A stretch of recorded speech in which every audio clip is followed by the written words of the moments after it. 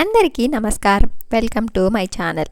ఈరోజు వీడియోలో మనం ఆమెతో నా ప్రయాణం అనే కథ గురించి తెలుసుకుందాం. నా వీడియో కనుక మొదటిసారి చూస్తుంటే నా ఛానల్ని సబ్స్క్రైబ్ చేసుకోండి. ఊరెళ్దామని ఆఫీసు నుండి త్వరగానే బయలుదేరాను.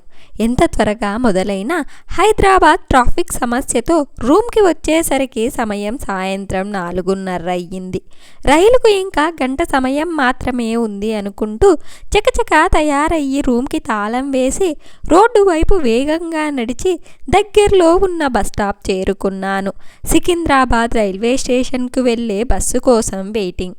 ఈ హడావిడి అంతా ఎందుకోసమంటే సంవత్సరం తర్వాత ఊరెళ్తున్నాననే ఆనందం ఒకటైతే, ఆలస్యమైతే రిజర్వేషన్ చేసుకున్న ట్రైన్ వెళ్ళిపోతుందనే ఆదురత మరొకటి. సీట్లకు రెట్టింపు జనంతో బస్సు రానే వచ్చింది. రోజు అలవాటైన పనే కదా అనుకుంటూ కిక్కిరిసిన జనాన్ని తోసుకుంటూ బస్సు ఎక్కాను. బస్సు బయలుదేరింది. నగరంలోని ప్రధాన రహదారి వెంబడి బస్టాపుల్లో ఆగుతూ ముందుకు సాగుతోంది బస్సు. ఈ ట్రాఫిక్ సమస్యతో స్టేషన్కి సమయానికి చేరుకుంటున్నానన్న ఆశ మెల్లెమెల్లగా సన్నగిల్లింది. ఇలా ఆలోచిస్తున్నానో లేదో బస్సు ఆగింది. ఎందుకా అని చూస్తే రెడ్ సిగ్నల్. ఈ సిగ్నల్స్ ఇవన్నీ కదిలే వాటికే కానీ కరిగే కాలానికి కాదు. నాకు నేనే ఓ ఫిలాసఫీ చెప్పుకుంటూ బస్సు కదిలింది.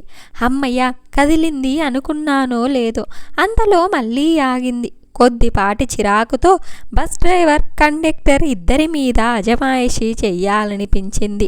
అది కుదిరే పని కాదని ఖాళీ అయిన సీట్లో కూర్చున్నాను. ఎంతసేపైనా కదలదే, కారణమేంటని కండక్టర్ని అడిగాను. ఏదో గొడవ జరుగుతుంది, అందుకే ఈ ట్రాఫిక్ జామ్ అని చెప్పాడు. ఇలా అయితే వెళ్ళినట్టే అని అనుకుంటుండగా పోలీసులు రావటం, ట్రాఫిక్ క్లియర్ చెయ్యటం అంతా వేగంగా జరిగిపోయాయి. అంతే, వేగంతో బస్సు కదిలింది. అప్పటికే బస్సు సగం ఖాళీ అయ్యింది. నేను దిగిపోదామని అనుకున్నాను. ఇంకా 6 కిలోమీటర్ల దూరం ఉంది. నడవగలనా అనే సందేహాలకు సమాధానాలిస్తూ సమయం 5:30 అయ్యింది. రైలు ఉంటుందా, వెళ్ళిపోతుందా అన్న సంశయానికి నన్ను నేను సముదాయించుకుంటుండగా బస్ స్టేషన్ సమీపించిందని అర్థమయ్యింది. బస్సు ఆగటంతో లగేజీ చేత పట్టుకొని వాయువేగంతో స్టేషన్కి చేరాను. డిస్ప్లే బోర్డుపై నేను రిజర్వేషన్ చేయించుకున్న రైలు చెన్నై ఎక్స్ప్రెస్ జాడ కనిపించలేదు. వెళ్ళి ఎంక్వైరీలో కనుక్కున్నాను. 5 నిమిషాల క్రితమే వెళ్ళిపోయిందని అన్నారు. తలిచినదే జరిగినది అని అనుకుంటూ నాంపల్లి నుండైతే సికింద్రాబాద్ నుండి రిజర్వేషన్ చేసిన స్నేహితుణ్ణి తిట్టుకుంటూ తర్వాత రైలు ఎన్నింటికి అని అడిగాను. అరగంటలో 2వ నెంబర్ ప్లాట్ఫామ్పై నారాయణాద్రి వస్తుందని అటువైపు నుండి సమాధానం వచ్చింది. వారికి థ్యాంక్స్ తెలియచేసి టికెట్ కౌంటర్ వైపు నడిచాను. క్యూ చాలా పొడవుగా ఉంది. అయినా తప్పేదేముందని లైన్లో నిలబడ్డాను. టికెట్ తీసుకుని 2వ నెంబర్ ప్లాట్ఫామ్ దగ్గరికి చేరుకున్నాను.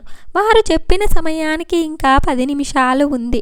నెమ్మదిగా జనరల్ కంపార్ట్మెంట్ వైపు నడుచుకుంటూ వెళ్ళాను. రద్దీ తక్కువగానే ఉంది. సీట్ కన్ఫామ్ అని అర్థమయ్యింది. ఇంతలోనే అనౌన్స్మెంట్ వినిపించింది. అంతలోనే రైలు రావడం, ఎక్కడం వేగంగా జరిగాయి. విండో సీట్ దొరికింది. జనరల్ బోగి, అందులో విండో సీట్. హ్యాపీ అనుకుంటూ వెంట తెచ్చిన లగేజీని పైన పెడుతుండగా, ఎక్స్క్యూజ్ మీ, కొంచెం ఈ లగేజ్ కూడా పైన పెడతారా అంటూ సన్నని స్వరం ఒకటి వినిపించింది. ఎవరా అని చూస్తే అమ్మాయి. అచ్చం రవివర్మ గీసిన చిత్రంలా ఉంది. కొన్ని క్షణాల పాటు అలాగే చూస్తుండిపోయాను. హలో, మిమ్మల్ని, ఈ లగేజీ పైన పెడతారా అన్న మాటకు తేరుకొని ఆమె లగేజీ తీసుకొని పైన పెట్టి నా సీట్లో కూర్చున్నాను. ఆమె నా ఎదురు సీట్లో కూర్చుంది. ఆహా, ఏమి నా భాగ్యం! పసిడి ఛాయలో పదారణాల తెలుగందం నా ఎదురుగా కూర్చొని ఉంది. మళ్ళీ మళ్ళీ చూడాలనిపించే తన అందం, గంటల తరబడి మాట్లాడాలనిపించే నా ఆనందం. మొన్న విన్న సరిపోదు కోటి కనులైనా అన్న గీతానికి సరైన అర్థం తనేనేమో అనిపించింది. అనిపించడం కాదు, తనే. ఇన్ని భావాలు నాలో ఎప్పుడూ కలగలేదు. ఇంత ప్రాసలో నేనెప్పుడూ మాట్లాడలేదు. నిత్యం కంప్యూటర్ల ముందు కూర్చొని పని చెయ్యడం మాత్రమే తెలిసిన నాకు ఆ రోజే తెలిసింది నాలోనూ ఒక కవి ఉన్నాడని. నాలో ఉన్న ఆ కవి భావనే ఇదంతా అని. అబ్బా, ఏమందం! ఆ అందాన్ని వర్ణించేందుకు పదాలు వెతికే పనిలో ఉంది నా ఆనందం.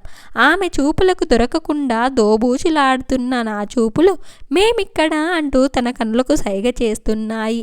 ఆమె కనులు భోగి గవాక్షంలో నుండి ప్రకృతి హోయలు వీక్షిస్తున్నాయి. ప్రకృతిని చూస్తుంది అన్న మాటకు పట్టణం కడుతూ ఆమె ఆలోచనల్లోనే లీనమవుతూ ఉండగా ఇంతలో ఎక్కిళ్ళ శబ్దం. ఎవరికబ్బా అనుకుంటూ తల పైకెత్తాను. ఎవరికో కాదు, తనకే. వెంటనే వెంట తెచ్చుకున్న వాటర్ బాటిల్ తీసి తన చేతికిచ్చాను. వాటర్ తాగి బాటిల్ చేతికిస్తూ చాలా థ్యాంక్స్ అండి అని పలికింది. పర్లేదండి అంటూ బాటిల్ తీసుకున్నాను. ఇది అదునుగా భావించి తనతో మాట్లాడాలనుకున్నాను. మాట్లాడాలి, ఏం మాట్లాడాలి, ఎలా మొదలు పెట్టాలి, ఇలా అనుకుంటూ ఎలాగైనా మాట్లాడాలని కొద్దో గొప్పో మాటల్ని మూట కట్టాను. గొంతు పెకలడం లేదు, పెదవి పలకడం లేదు. అడ్డుపడిన పెదాల్ని పదాలు తిట్టుకుంటూ దండయాత్ర చేశాయి. ఓహో, లాభం లేదని వెనుతిరిగాయి. వెనుతిరిగిన మాటలకి సాదర స్వాగతం పలికినట్టుగా మీ ప్రయాణం ఎక్కడి వరకు అని అడిగింది. ఆమెతో ఎలా మాట్లాడాలనుకున్న నా సందు దొరికింది. మది చిందులేస్తుంది. ఈ మాత్రం దానికే ఆత్రం మాని కొద్దిగా గొంతు సవరించుకొని బాపట్ల వరకు అన్నాను. ఓ, మీది బాపట్ల? 2 సంవత్సరాల క్రితం నేను బాపట్ల వ్యవసాయ కళాశాలలో అండర్ గ్రాడ్యుయేషన్ పూర్తి చేశాను. బాపట్ల ఫ్రెండ్స్తో అప్పుడప్పుడు చాట్ చేస్తుంటాను. ఆమె ఆ మాట చెప్పడంతో చుట్టరికం కొద్దిగా పెరిగిందని నాలో నేనే ఉబ్బి తబ్బయ్యాను. తమాయించుకొని మాటల మధ్యలో ఆగకూడదని మీరెక్కడి వరకు వెళ్తున్నారు అన్నాను. తిరుపతి వెళ్తున్నానండి. మీది తిరుపతా అన్నాను. కాదండి, హైదరాబాద్. వెంటనే హైదరాబాద్లో ఎక్కడా అని అడుగుదామని అనుకున్నాను. బాగోదని ఆగాను. ఆమె కొనసాగిస్తూ ప్రతి సంవత్సరం ఇంచుమించుగా ఇదే సమయంలో తిరుపతి వెళ్తాను. మీరొక్కరే వెళ్తున్నట్లున్నారు అని అన్నాను. అవునండి, అమ్మ నాన్నలు కూడా వచ్చేవారే, కానీ కుదరలేదు. ఈసారికి నువ్వు వెళ్ళి వచ్చేయి అని అన్నారింట్లో. సరేనని బయలుదేరాను. ప్రతి సంవత్సరం రిజర్వేషన్ చేయించుకొని వెళ్తాం. ఈసారి కూడా అలానే అనుకున్నాం. చెప్పాను కదా, వారికి రావటం కుదరలేదని. టికెట్ బుక్ చేద్దామని ఆన్లైన్లో చూస్తే వెయిటింగ్ లిస్ట్ ఎక్కువగా ఉంది. సరే, నేనొక్కదాన్నే కదా అని ఇలా వస్తున్నా. ఎప్పుడు రిజర్వేషన్ కాకుండా ఇలాంటి వేరియేషన్ కూడా చూడాలి అని అన్నది. ఆహా, ఏమి ఈ మాటల మాధుర్యం, మధ్యలో లేత నవ్వుల సౌందర్యం అని ఆ అందాన్ని వర్ణిస్తూ మాటలను ముడివేస్తూ తదేకంగా ఆమెని చూస్తూ పదాలను నెమ్మదిగా పెదాలు దాటిస్తున్నాను. ఒక్కటేమిటి, ఇష్టాల దగ్గర నుండి కష్ట నష్టాల వరకు స్నేహపూర్వకంగా చక్కగా మాట్లాడుకున్నాం. పట్టాలపై రైలు సాఫీగా సాగుతున్నట్లు మా మాటలు కూడా అంతేగా సాఫీగా సాగుతున్నాయి. భోగిలో మేమిద్దరమే ఉన్నామా అన్నంత ఏకాంత సంభాషణ మా మధ్య మెరిసింది. తనకు ఎలా ఉందో తెలియదు, కానీ నాకైతే ప్రతి మాట ఓ పూదోటలా అనిపించింది. ఈ మాటల అందం ఓ గ్రంథమైతే బాగుండు అని వినిపించింది. ఈ వినపడిన స్వరం ఎవరిదా అనుకుంటుండగా మౌనం నాదే అంటూ బదులు పలికింది. ఔరా, మౌనాన్ని కూడా మాటలాడించే మానిన తననే అర్థమయ్యింది. సమయం కూడా తెలియనంతగా మందార మకరంద మాటల మాధుర్యంలో తేలిపోతున్నాయి ఇరువురి మనసులు. రైలు ఆగినట్లుగా అనిపించింది. ప్లాట్ఫామ్పై రద్దీ ఎక్కువగా ఉంది. టైం చూశాను. రాత్రి 11 అయ్యింది. ఏ స్టేషనో అని అనుకుంటుండగా గుంటూరు జంక్షన్ మీకు స్వాగతం పలుకుతుంది అన్న పదం విని నా గుండె వేగం పెరిగింది. కొంచెం కంగారు కూడా. ఓ, గుంటూరు వచ్చేసాం. గంటన్నరలో బాపట్ల.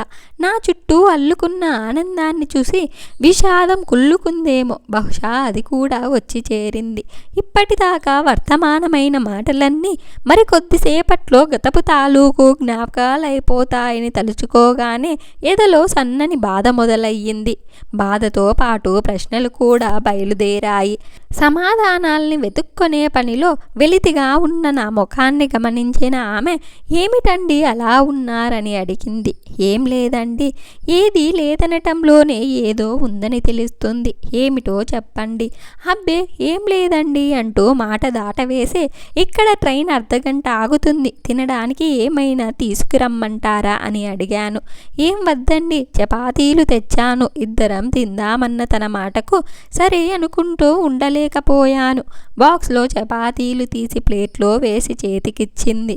కొద్దిసేపటి వరకు స్నేహాన్ని పంచింది. ఇప్పుడు ఆకలి తీరుస్తుంది. అందం అంతకు మించిన గుణం.